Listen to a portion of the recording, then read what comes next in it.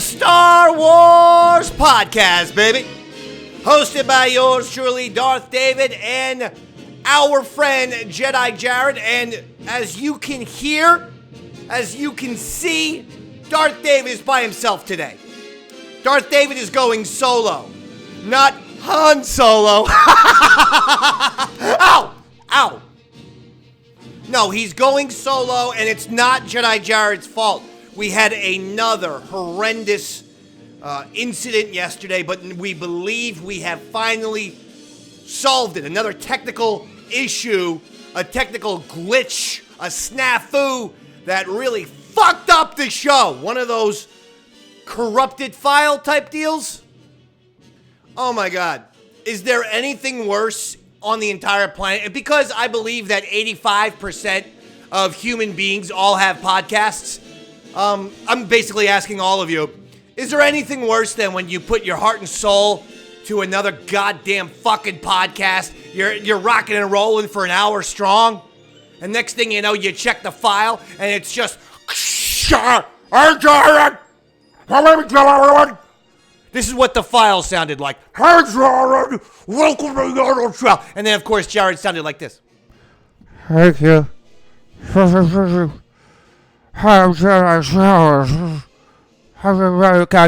can barely hear me. That's what it sounded like. And boy, am I pissed. But you know what? I've made up my mind. We're doing a show. Yeah. Because that's how Darth David do. That's how Darth David do. We made a call. You know, I got to give credit and props to Robert Tamburo, who tried to produce the show. I said, Robert, we just discovered a goddamn nightmare. Yaddle Chattle yesterday, again, a corrupted file. So, I mean, it's only happened twice. But still, it's fucking, you know, we've done 50 of these episodes. I don't want to, every 25 episodes, have a lost episode, for Christ's sakes. So I said to Robert, can you please fix it? I give Robert all the credit in the world. He did a great job, Yaddle Heads. He did. But you know me, I've been a radio professional for 20 years. This is no bullshit. Sirius XM satellite radio. And for the last 10 years, WRAT 95.9 FM, where I am numero uno, the number one Sith in Jersey radio, in Jersey morning radio. I'm the star. Thank you very much. A little applause for me. And it's clearly me applauding for myself. Because if I admitted that Jared's not here, who else would be applauding? And the YouTube people are seeing a man now applaud to himself. Now, the podcast people, maybe you're thinking, where's that applause coming from? But I'm being honest. It's coming from me. But just suspend your fucking imaginations. You know, pretend someone else is in the room. So I'm not going to dwell on it. It's going to be a quick yaddle. We're going to give you a quick yaddle because I didn't want to just, bail on Yaddle. You know why? It's bailing on the Yaddle Heads. I feel real guilt about ever bailing on someone who takes the time to subscribe, to like, to enjoy, to watch, to listen. I really do appreciate the Yaddle Heads. I apologize for this. Now, here's the deal. I believe I fixed it. Just so you know, I believe I have fixed it. I have disabled my computer microphone. It only took me 8 goddamn hours because my fucking microphone and the camera are high definition, expensive, fucking perfectly good, solid equipment. So I kept wondering, why is this happening? Why is the file sound like this? I realized while we were broadcasting, what must have fucking happened is this stupid computer that I'm talking into right now, it decided to override my gorgeous HD microphone with the fucking shitty goddamn built-in computer microphone. And all computer microphones sound like my ass. Shit. And so I am furious at my computer. This isn't Jared's fault. This isn't Robert's fault. It's not my fault, and it's certainly not Yaddle Head's fault. It's the goddamn computer, this fucking Sith-like computer. Just going into business for himself, deciding, no, fuck it. You've got a gorgeous microphone that you paid $500 for, but fuck it. We're going to record this whole show without you knowing it. And that's the other thing. When we record videos, we don't get the levels. So then I don't even know if it's recording or not. It's like, oh, God, it's a nightmare. But I'm staying positive. I'm not bailing on Yaddle Heads. I can't do it. We're giving you an episode. It's gonna be a fast episode. But gee whiz, will you have a little empathy for a Sith?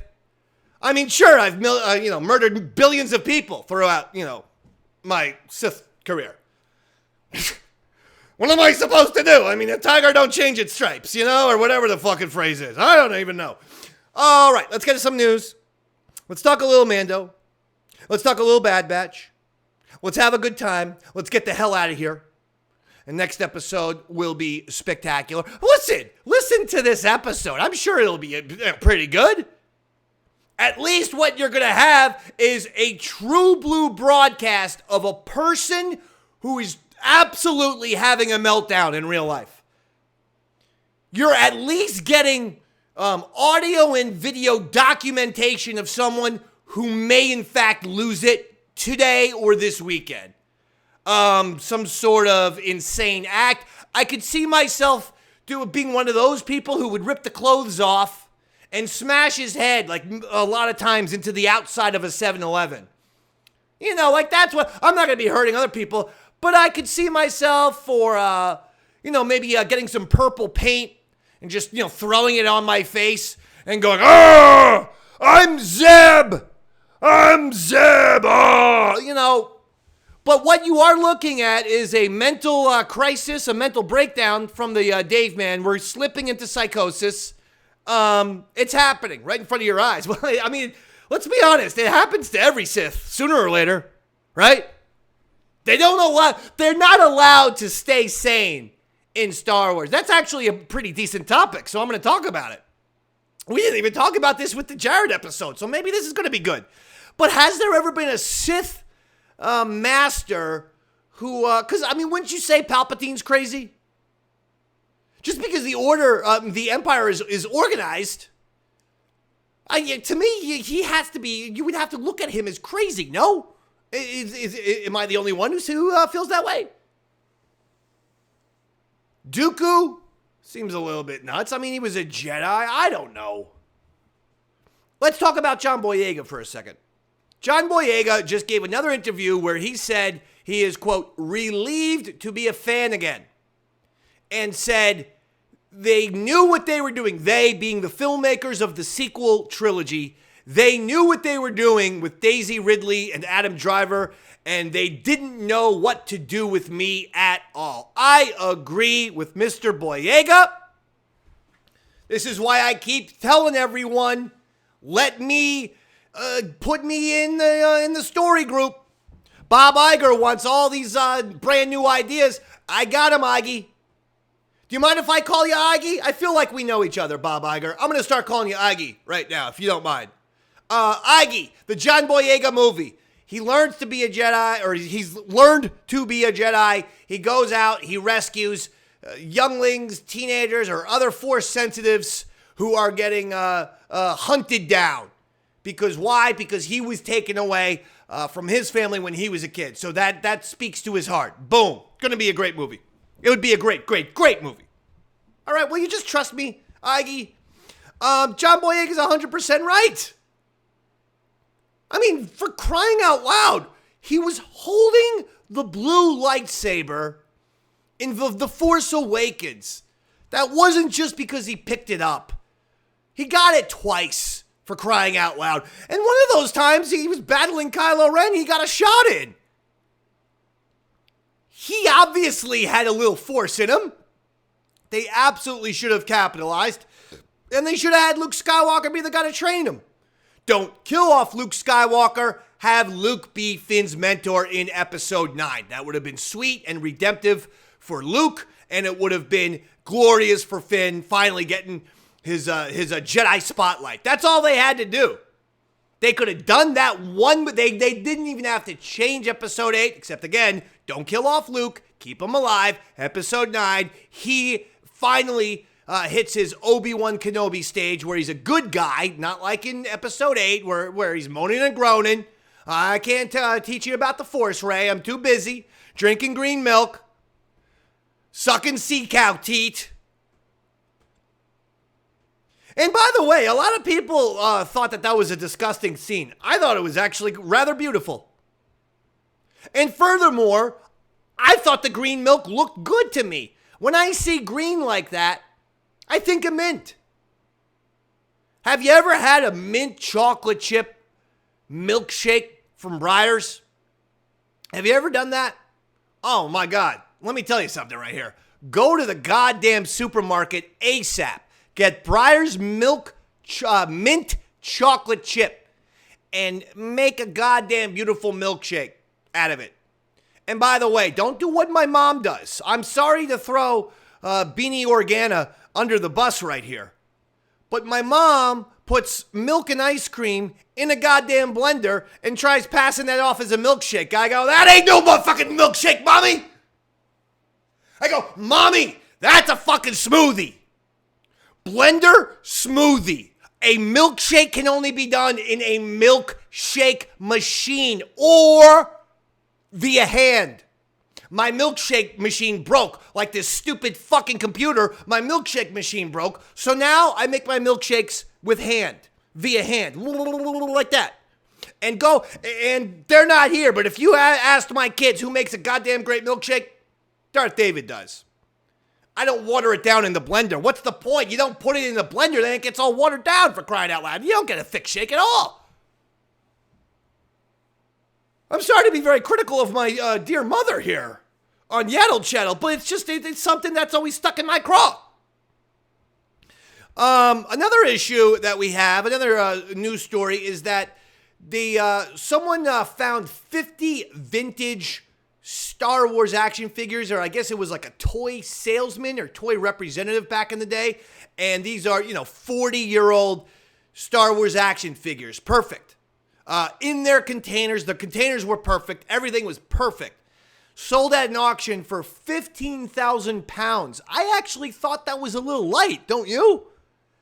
50 vintage Star Wars folks, including big timers like Luke Skywalker and others. And that only got 15,000 pounds? I don't know. Although I'll tell you what, I could use 15,000 pounds right now.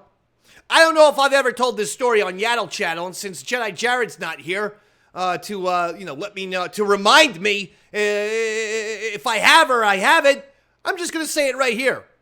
Did I ever tell you the story of when I buried 80 vintage Star Wars action figures in my backyard like a stupid little idiot? I was just a child. I was about 7 or 8, and my dad had brought home a treasure chest from Europe. He was a salesman, and he always went to different countries all over the world and would bring back something. I don't know where the hell he got the treasure chest from, but he got a treasure chest. He brought that back for me. He goes, look at this treasure chest. You can have it. So I go, oh, this thing is awesome. I loved it. So I said, I'm going to put all my Star Wars guys in this treasure chest, and then I'm going to bury the treasure chest in my backyard. I did all of that. Then I said, I'm going to make a treasure map so that if I ever want to find it, like in a year, I'll go and I'll be able to find it. Okay? Guess what stupid goddamn little 8-year-old moronic redhead did with the fucking treasure map? He put it in the treasure chest. I was such a goddamn moron that I thought treasure maps, just because of the word treasure, belonged inside the treasure chest. At that point, 1 or 2 or all 3 of my older brothers said, you're a real dumb little shithead, aren't you? Because a treasure map can't possibly go in a treasure chest, because then you're burying the treasure map. And then your 80 Star Wars action figures are lost to time. And they were for about 4 or 5 years, until I decided to ask a bunch of my friends, 3 or 4 of my friends, let's go on a digging expedition. We're going to Indiana Jones this shit. Seriously. It's going to be right out of Raiders of the Lost Ark. We're going to be, oh, be up, You know, jabba dabba beep up, holy up, up. You know, do the chanting, do the things while we're digging and swinging the pickaxes and the shovels. We're going to do all of it. So we did it. We're about 15 years old now. I really wanted those action figures. I've always been obsessed with Star Wars. So we're about 15 years old at this point. We start digging and digging and digging.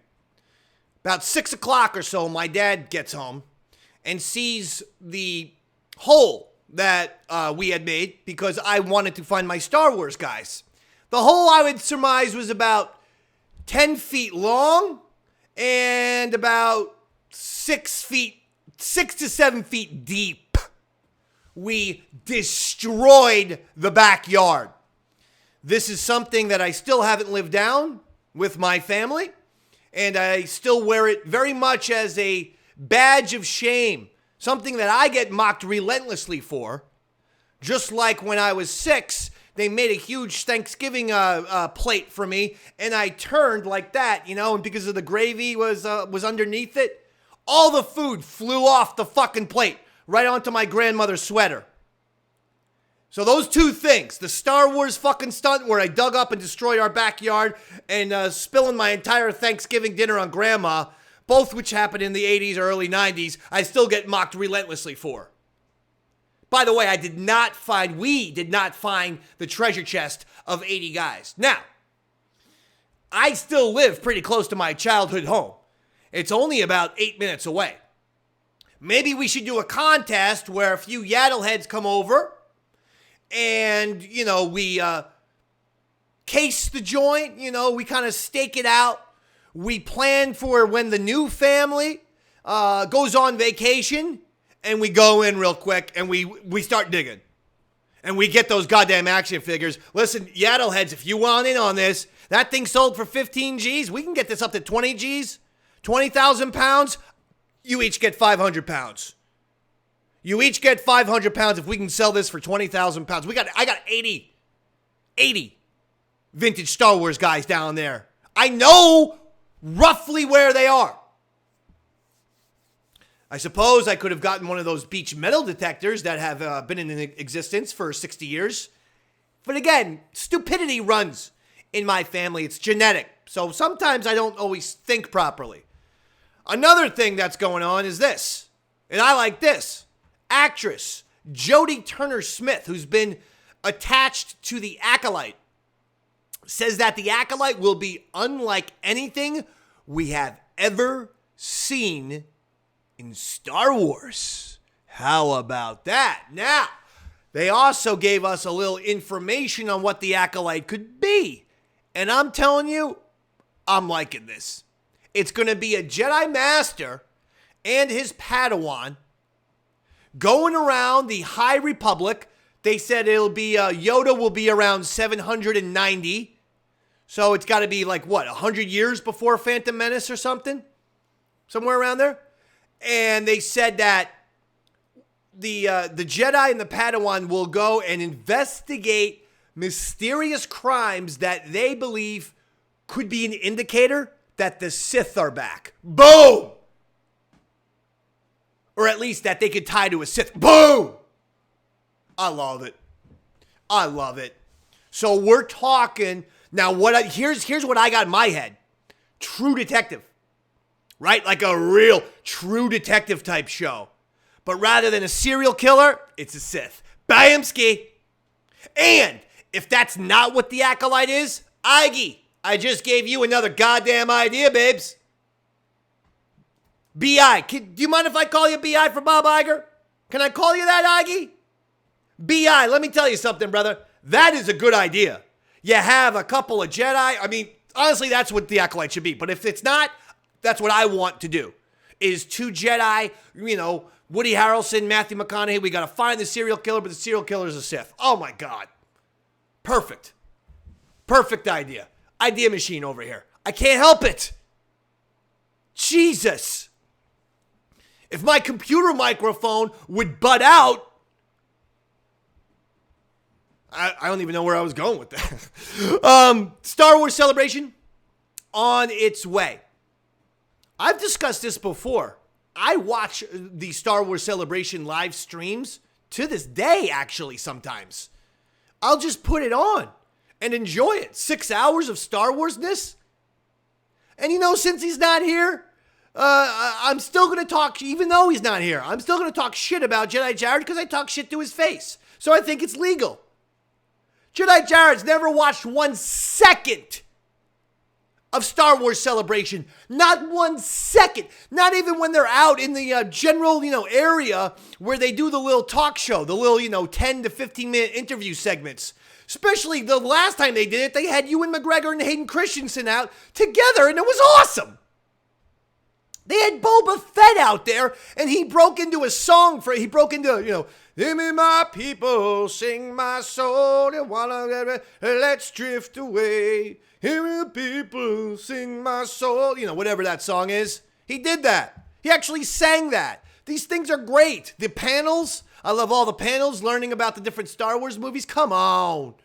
I'm going to be watching. I can't wait for Star Wars Celebration to happen. Mark Hamill, meanwhile, is doing something a little disconcerting. They've asked him to voice air raid alerts in the Ukraine. And when there's an air raid, Mark Hamill comes onto the speakers and says, it's an air raid.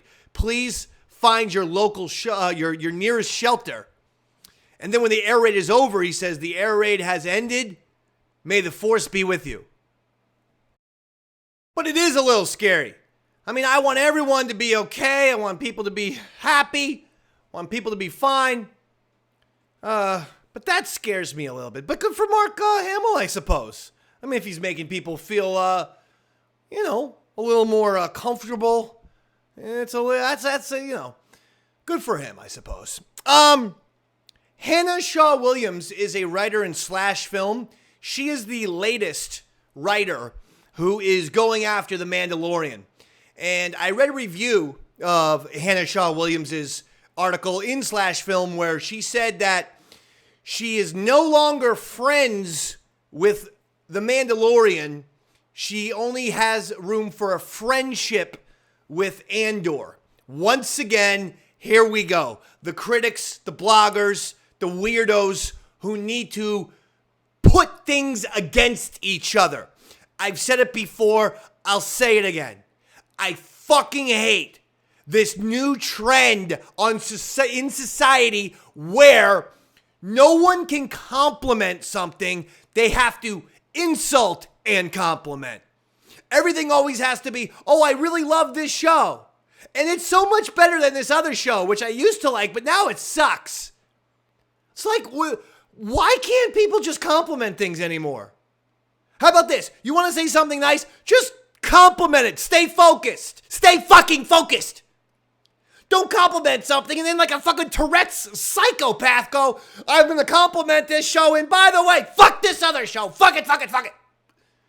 You realize you look like a stupid ass Tourette syndrome psychopath?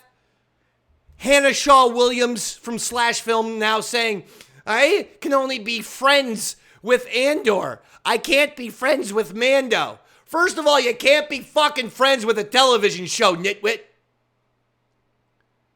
Jesus Christ. Secondly, will you grow up, please? Will some of these people grow the fuck up with their with the weird thing of, well, I like Andor, and so now Mando is just Mando needs to be everything exactly like Andor. Hi, I'm a modern day human being. And if I like something, I want everything to be exactly like that for the rest of my fucking life. So if I like one show, I need every single show on the planet Earth to be just like it. When shows have a different feel, a different vibe, a different persona, that's a good thing. What people like Hannah Shaw Williams and these fucking phony-ass Star Wars fans, phony-ass critics, phony-ass bloggers and vloggers, what all of these fucking dishonest liars fail to tell you or fail to realize is that when you get different sort of movies and TV shows, then it keeps things fresh. The fact that we have an Andor, for me, is keeping goddamn Mando fresh. And then Mando, hopefully, Acolyte will be fresh. Then we'll go back into an Andor, and that will be fresh because it's got a different vibe. And then we go into Mando, different vibe, different feel, different aesthetic, fresh. Then we go into something else. We go into, this or that. We go to Ahsoka. We hopefully, as long as these things stay a little bit different, I want every single show to have its own unique feel, its own persona, its own personality. I want those things. I really do. I want those things to happen. So I encourage Andor to be Andor and Mando to be Mando and Obi-Wan to be Obi-Wan, etc., etc. Jeez. Let's go into Mando episode 5. I loved it. We got Zeb. We got Grief Karga. We got Gorian Shard. We got Captain Teva. We got Elia Kane. We got talk about Moff Gideon. Shit, we got Tim Meadows. The goddamn ladies man. And not just ladies man. One of the underrated things that Tim Meadows, I always thought is Johnny Cochran was really good when he was Johnny Cochran at the absolute height of the OJ trial. And I thought he was really funny with that as well. He did a bunch of good stuff. I mean, we got a pirate Ugnaught. Okay, ladies, Jeez. Mando episode 5 starts out with Mando. They're doing a bunch of shit. The fucking pirates are back. Goddamn Gorian Shard. And I guess some people don't like Gorian Shard because he looks like Swamp Thing combined with the Pizza the Hut, combined with... Okay. Not me. I love Gorian Shard. I do. What do you want me to tell you? Gorian Shard rules. This is Star Wars. Things should be odd. Things should be like, what the hell is that? You don't need everything to be like, that's a badass, cool-looking villain. That's Marvel-type attitude. Some Star Wars shit just needs to be weird. Fucking strange. Like, what am I even looking at? I love that about Star... Do you think the first time we saw the Sarlacc pit, it made sense? There was a lot of... I was there. Okay, I was in the movie theater in 1983. 5 years old. Watching Return of the Jedi. I remember people going, what the hell is that thing? I remember it. Now it's beloved because it's cool as fucking shit because it's unique. I love it. I love Gorian Shard. I loved Zeb, seeing him in live action. Do you remember when Gollum was like the gold standard of CGI characters? Jesus Christ. You put Gollum next to Zeb from episode 5? I mean, Gollum looks like a fucking cartoon, for crying out loud. I feel like I'm looking at Yosemite Sam. Zeb looks incredible. I mean, he looks unbelievable. I tell you, some of this stuff is looking really, really good. I loved Elia Kane with Captain Teva, and they're kind of looking at each other, and I think he's sniffing, he doesn't trust her, and nor should he. She's doing her best, meanwhile, to pretend that she's been saved by the Republic. Oh, but she's a treacherous lady. Treacherous. So we got that. We got the pirates. We got Teva talking to Tim Meadows. Hey, help him out. Tim Meadows in no hurry to help him out. Was very lackadaisical, or just really no empathy there. So Captain Teva had to go to the Mandalorians to round them up to help out. The people of Navarro were the ones being attacked by the pirates and Gorian Shard. It was Grief Karga and his folks at Navarro were getting attacked. So Mandos go back. They fucking destroy the pirates. They light it up. They kill them. Good stuff. Good action sequences. I enjoyed it. Afterwards, the armor says, Bo-Katan, take your mask off. You walk in both worlds now. You walk in both worlds. I didn't know what that meant. But okay, I'll take it.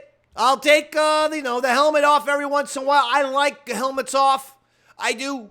If you look at 9,000 people with the Mandalorian helmets, does that take some of the specialness away from Boba Fett and from the Mandalorian himself? I think it does. When you have, remember the initial idea, according to the ILM documentary, was that, or was it the Boba Fett, quick, 20-minute Boba Fett documentary Behind the Mask? I think that's where it was. And they said that George Lucas's initial idea was there was going to be 100 Boba Fetts, and that they were going to be a special, squadron, like the, Death Troopers or whatnot. But making 100 of those suits with the masks and the jetpacks and everything was just going to be too expensive, so we'll make him into one guy. Okay? As soon as they made him into one guy, he became special. And let's be honest, Boba Fett has 4 minutes of screen time. Or 4 minutes of, screen time, but like 4 lines in The Empire Strikes Back and Return of the Jedi, right? So why then are people into Boba Fett? The fucking mask, the appearance, the overall visuals of Boba Fett. He looks cool. But when every Mando looks cool, you go, So that's another thing. Anyway, she takes her helmet off. Then they go and they look at the ship, or I thought the episode was going to end, but actually there's a shot of an Imperial shuttle just floating in space. Captain Teva sees it. He scouts it out. I loved how they used the little R2 units, eyepiece camera thing to float into the ship. It left the droid's body and floated into the ship to give it some surveillance. I thought that was cool. I like that. And basically they discovered, oh shit, Moff Gideon has in fact escaped. And because we found some Beskar residue at the crime scene, we can assume that he was broken out of the ship by Mandalorians. Hello! Who done it? Who done it? I got 2 names. I got Sasha Banks. I got Vizsla. Sasha Banks left Bo-Katan as soon as Bo didn't have the Darksaber. Sasha's like, well, fuck off. You suck. You mean nothing to me. And Vizsla, we can't trust him, can we? Now, my boy, Sith Stanley, seems convinced that either Bo-Katan or the Armorer are going to turn heel, are going to become bad guys. I don't see that. I see them staying on the good path. But boy, that would be interesting. I'll give him the credit if he's right. I'm thinking it's a Vizsla type of situation. Even if it's not the big Vizsla, it's got to be, maybe he's got a brother. I don't know. Overall, was The Mandalorian good? Hell yes, it was good. My only thing is my God, we have 3 episodes left. Wednesday's going to be here before you know it, and we have 3 episodes left. That can be a little bit depressing when you think about it. With all the time that you wait and how many months do you anticipate the show, and you have 3 months left, that can be upsetting. But let's stay positive. Jedi Jared said that Jon Favreau has written seasons 3 and 4 together. So now I'm actually starting to feel good about this season because Jon Favreau showed that he knows how to do, say, an overall arc of 2 television seasons. And maybe that's going to be his strategy. That's what the first 2 seasons were. And then once Grogu went to Luke, it was like, that's the end of this huge, massive overlapping arc. Maybe we're going to get that again. Season 2 was phenomenal. Season 1 was phenomenal. I'm enjoying season 3 quite a bit. What I'm saying is, if you haven't, or if you're a little bit puzzled or lukewarm, well, keep in mind, then it feels like then season 4, things will really pick up even more. We'll get even higher and higher stakes. I like that. If that is indeed the case, if Favreau wrote 3 and 4 together, okay. But I would beg Disney not to have us wait till 2025 or something. Like, give us, Mando back in 1 year. Give us Mando season 4 back next February. Come on, do that for us. Don't make us wait 1.5 years, 2 years. Stop with the waiting with some of this shit. If it's 8 episode television seasons and you have it done, come on, give it to us. Overall, I like the Mandalorian episode. I've liked them all. I think they've all been good. I have certain ones I still go back and watch episode 2 a lot. I'm crazy about that episode 2. What do you want from me? And then I like the one with the Doctor and Elia Kane on Coruscant. Those are my 2 favorites, but I've liked every episode. I want that on the fucking record, Yaddle Heads. I've liked every episode. Unlike Hannah Shaw Williams of Slash Film, who says she can no longer be friends with Mando. She can only be friends with Andor. These are the type of people who are considered journalists. I really want to know, you think journalism's sliding a little bit? I never heard Woodward and Bernstein say they want to be friends with inanimate objects. Like maybe Woodward and Bernstein wanted to be friends with the Lincoln Memorial or the Washington Monument. You'd be like, oh, okay, it's time for a straitjacket for Woodward and Bernstein now, I think. Bad Batch. 2-episode season finale. Was that the series finale? Possibly. I honestly think that was possible. That we just saw the last Bad Batch. Possible. Look, here's the bottom line. They had opportunities with this show. We all know what they were. This show needed to be grittier. It did. I got a 13 and a 14-year-old son and daughter, respectively, who love Star Wars. They don't watch this because they said it's, quote, babyish. So you're losing 13-year-olds? Really? And you think this show was a good idea? When who was the audience? The audience was Clone Wars fans who mostly are in their 20s and 30s and 40s. So on. That's who the audience should have been for the Bad Batch. This is a Clone Wars spinoff. Golly. Make the right moves. Iggy, you need my help. You need the Davy Mac to go in there and be like, Darth David's laying some new rules here. We get this, the season ends on a cliffhanger with this one lady saying, Omega, I'm your sister. And that's supposed to be a big cliffhanger, except I didn't even fucking know who she was. I've seen that character, I think, once this entire season. This is so bad. It's so bad. If someone is going to be like, I'm your sister, you need to know the character. We knew who Darth Vader was. So when he tells Luke, I'm your father, you go, what? Not a fucking stranger. Omega might as well be like, oh, nice to meet you. Hi, sis. Yeah, you talk like me. You look like me. You came from the Camino. Oh, yeah, you're my sister. Yep. There was nothing shocking about that. Tech died. I was happy to see that. I hate to say it. That sounds cruel of me. I'm happy. I needed someone from the Bad Batch to die. Because they've been put in one stupid-ass perilous decision position after another. Lots of times because of Omega. Or because they're adults and they can't say no to Omega. Everyone's got a lot to blame. That's why I've really turned on the Bad Batch, because I used to just really, really dislike the character of Omega, because it was just Saturday morning shittiness. Nothing new, nothing, that emotional, nothing you could sink your teeth in. Just, oh my God, fucking lightweight as possible. So she used to take the brunt of my ire. The Bad Batch themselves are taking it now. They don't know how to raise a child. They're bringing her from fucking goddamn crazy-ass adventure to crazy adventure. They're listening to her. They're basically being led by her every time. Oh, we have to help this person. Okay, let's go. Let's follow Omega.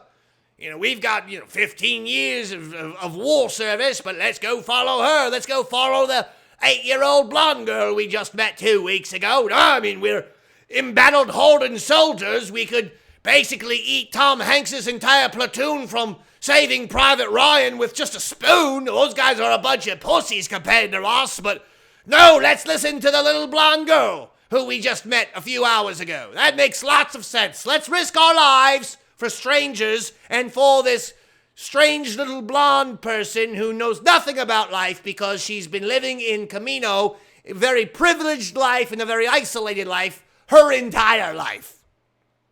But let's listen to her now, guys. Let's go, Bad Batch. Oh, what an awful show. Sorry.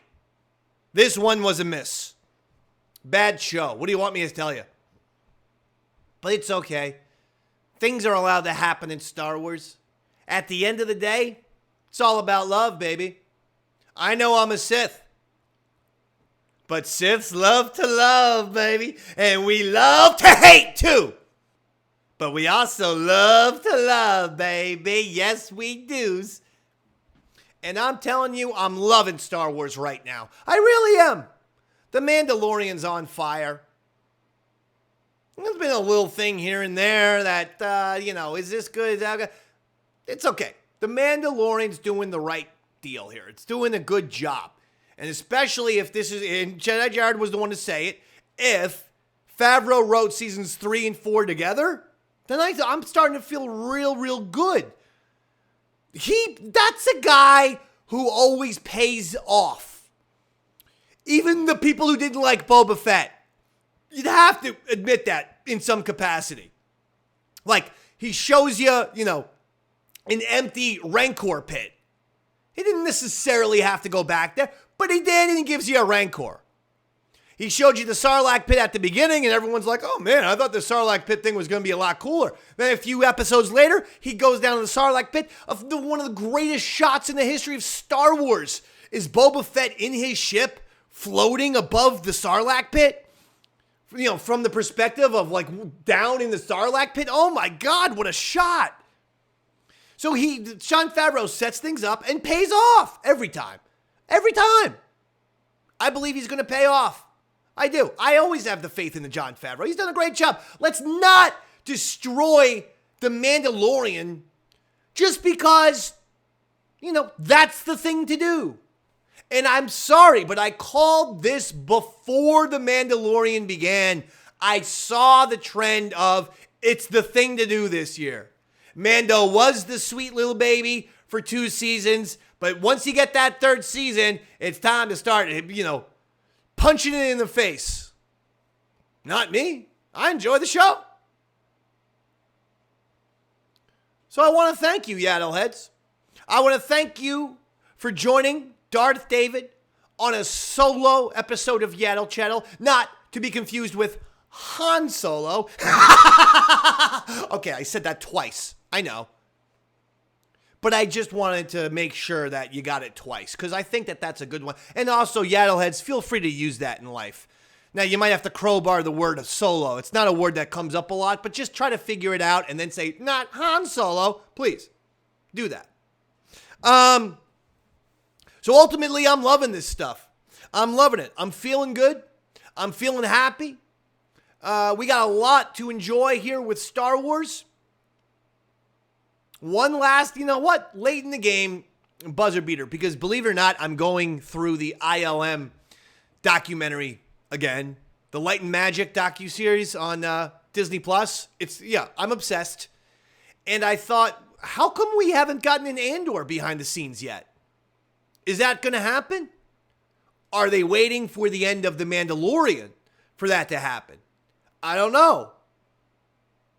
I'm not sure we're going to get an Andor behind the scenes, a Star Wars gallery for Andor. That's a little bit upsetting. I really wanted to, learn about it. One of the things that I do with all the Star Wars is to look at the behind the scenes docs. I love those. But regardless, you can't have it all. Guys, we've done it. We done it. We did everything we set out to do today. We gave you a clean episode. I'm sorry, I can't give you a distorted episode with me and Jedi Jared yelling at him. And you didn't really miss all that much. I did stab him in the ear at one point, and then he came back at me. He grabbed his stapler gun and started stapling my head a bunch of times. So then I was like, oh shit, So then I grabbed a bottle of some IPA, a bottle of beer. I just slammed it on the table there, the edge of the table, to get the jagged edge out. And I just, jammed it. I jammed it right into his, his neck. Not his throat, didn't kill him, but I got it right in his neck there. The blood went all over the place. So then he got, I don't know how he found it, because I don't even have a pool table, but he got a billiard stick, and he just jammed that fucking thing right in my eye. Just smashed me in the eye. I gotta go to an optician today. So then what happened with, these are some of the things you missed on Yaddle Chattle, the Jared Dave episode. So then I took a chair, and I tied him to the chair, and then we drove to the train tracks, and I let him get hit by a train. And then, yeah, so it was a good episode if you want, you know, the violence. But I covered all the stuff that we covered. Folks, I love you so much. I do. I love the Yaddle Heads. Without Jared here, and by the way, I'm going to give credit to Jedi Jared right here. He brought meatloaf. And goddamn it, it was tasty. Give Jared 1 point. Give Robert Tamburo 1 point for trying to salvage that episode. Like I said, no one's fault. It was the fucking computer's fault. Mostly, give Yaddle Heads, every single person watching and or listening to this episode, I want every single Yaddle Head to get 5,000 points. Yeah, I know. That's a big deal. That's a big deal. I'm just feeling a little bit generous today because we got through another fucking shitty goddamn experience. And at least we made something happen. Anyway, I'm Darth David. Next week, Jedi Jared will indeed be back. We love you all, Yaddle Heads. We love you so much. Thought that was the end of the fucking song. See, sometimes, without Jedi Jared here, I don't even know when the fucking song ends. So I guess I'll just keep talking like a goddamn idiot. Overall, am I pleased with Star Wars? Shit, yeah. Am I pleased with Jedi Jared's meatloaf? Shit, yeah. He put barbecue sauce on it. Tell you, I never had that. I always do the ketchup. All right, now the song's ending. So the stalling is over. Yaddle Heads, love you. Jedi Jared, back next week. I'm Darth David. Good night, everybody.